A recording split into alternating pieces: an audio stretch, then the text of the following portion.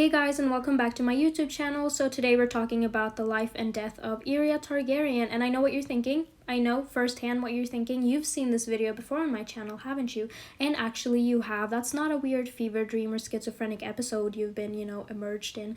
That's actually the truth, but I decided to delete that and quite a few other videos because I just wasn't happy with the way they turned out, and I just can't stand, rewatching them and being embarrassed. So I was like, yeah, let's just refilm them.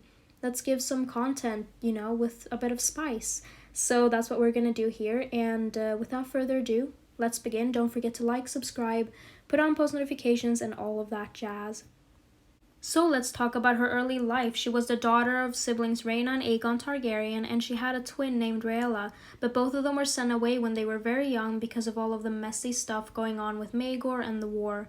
Their mother, Rhaena, actually refused to know their location so it couldn't be tortured out of her. And when Aegon died, Tyann of the Tower, who was Maegor's wife and mistress of whispers, finds Rhaella and Aerea and actually uses them as blackmail for Rhaena to wed Maegor. And this was because Rhaena was of proved fertility. She'd birthed twins and she was a Targaryen, so she kept the blood pure. And Tyann famously tells Rhaena, "You were foolish to think you could hide them from me."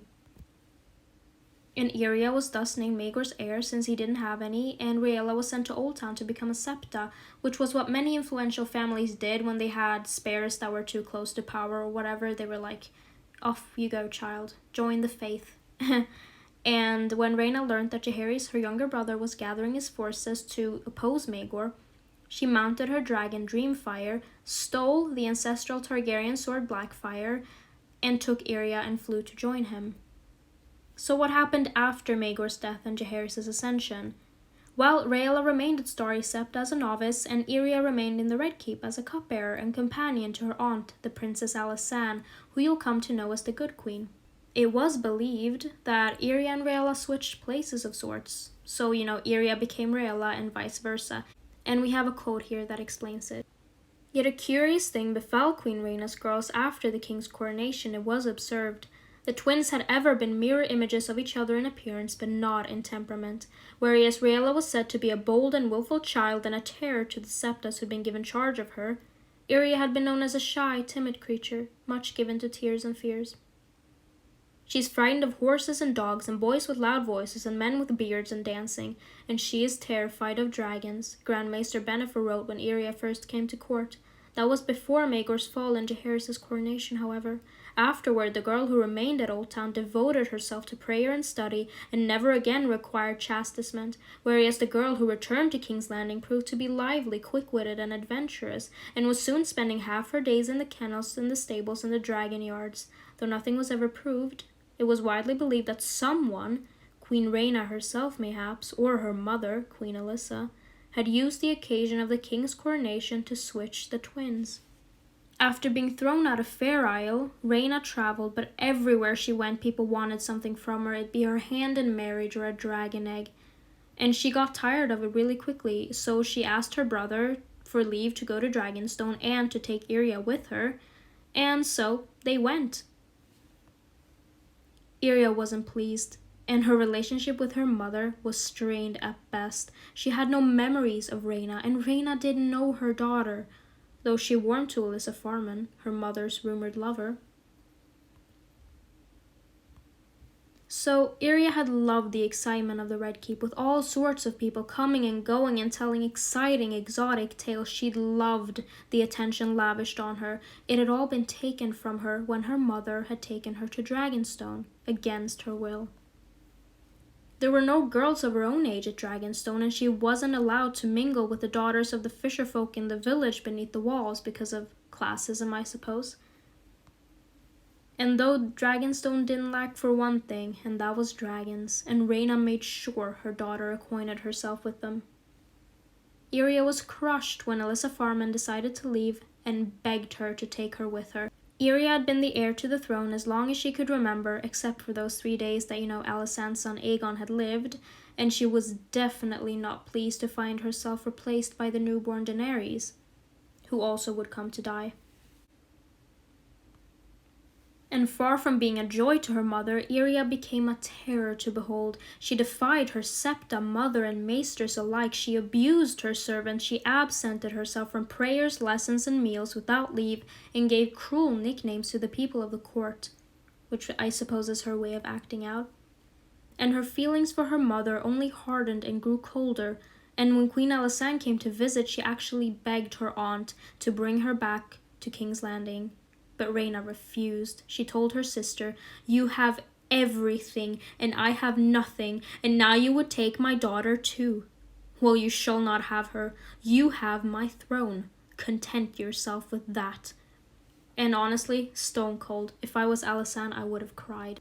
And when Aerea decided she couldn't take life on Dragonstone anymore, she, at the age of 13, fled it atop Balerion the Black Dread, the very same dragon whose previous rider, Maegor the Cruel, had killed her father. And he was the only living creature who'd known Valyria before the doom. And though they'd searched high and low for the missing Targaryen princess, no trace of her was ever found. Sites of Balerion was reported to the Targaryens, but after inquiries, most were proved false, and nothing ever led to Aerea. 1 year after her departure, she returned to King's Landing, barely clinging on to Balerion, and make no mistake, she was dying. Her clothing were no more than rags clinging on to her skinny arms and legs. Her hair was matted and tangled, and she had been starving. "Please," she cried out, "I never," and then collapsed. And personal note here, I am actually very intrigued as to what she was going to say. Was she going to say, "I never meant to, I never dared, I never thought, I never," what was she going to say? Because it feels kind of important. Maybe I'll send George an email about it. We're on first name basis now. No, I'm kidding. I wish. Well, anyways, Balerion was wounded too, which is a frightening realization because he was probably the biggest thing in existence. He was probably the most powerful thing, and how could something hurt him? How could something hurt that big of a creature, that powerful of a creature, that strong of a creature? And literally a 9-foot-long gash along his side was still bleeding and smoking, which meant that it was fresh, which meant that something almost as big as him had hurt him. Well, how did she die? According to Sir Lucamore Strong, Aerea had been flushed and burning with a fever, and her skin had also been so hot he could feel it through his armor. There was something inside of her, something moving that made her shudder and twist in my arms, is what he had to say about it. Anyways, he was silenced, and the official word was that Aerea Targaryen died of a fever, but Septon Bart's private written statements tell a very different tale. The girl was burning. Her skin was flushed and red, and when I laid my hand upon her brow, it was as if I thrust it into a pot of boiling oil. There was scarce an ounce of flesh upon her bones, so gaunt and starved did she appear. But we could observe certain swellings inside her, as her skin bulged out and then sunk down again as if... No, not as if, for this was the truth of it.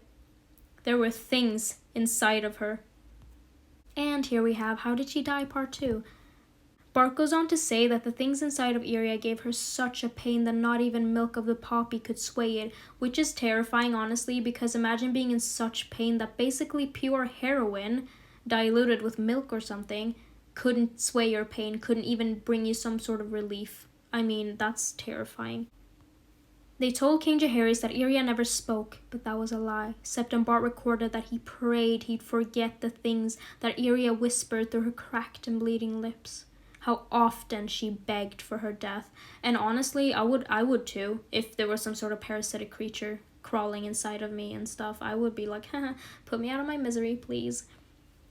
And while all the maester's arts were powerless against her fever, and to put it simply, she was cooking from within. Smoke tendrils started to come out of her mouth and nose. She ceased to speak, and her very eyes cooked within her skull and burst like 2 overcooked eggs. So suffice to say, she burned hotter than the werewolves in Twilight. I think they're at a steady 47 degrees Celsius. So let's say she was closer to 100 degrees Celsius, which, can you even imagine? I can't. That was a weird comparison, but I don't know. I've been on Twilight talk for a while. Well, Aerea died as she was immersed into a tub of ice, according to Septon Bart. It stopped her heart, which we can see in this quote.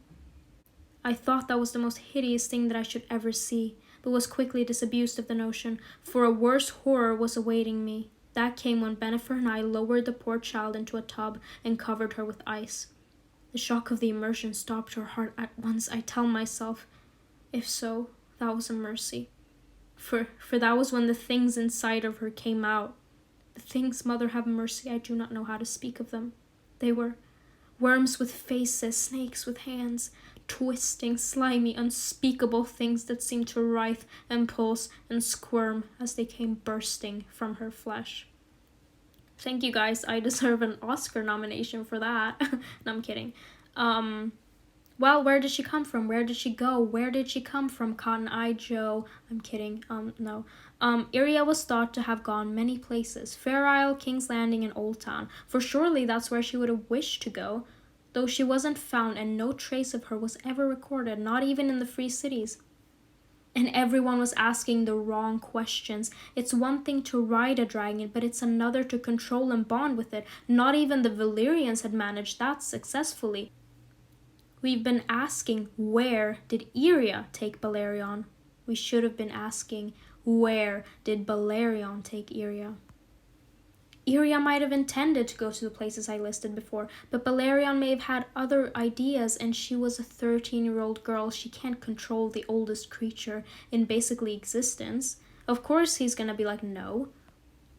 Septon Bart suggests that Balerion did take her to Valyria, and he was probably the only living creature who'd seen it before the doom. He also states that if Aerea went willingly, he'd be most surprised. He also mentions how Valyria is an accursed place and that the Valyrians practice blood magic and dark sorceries. And we can draw a parallel here to Daenerys when she first rides Drogon.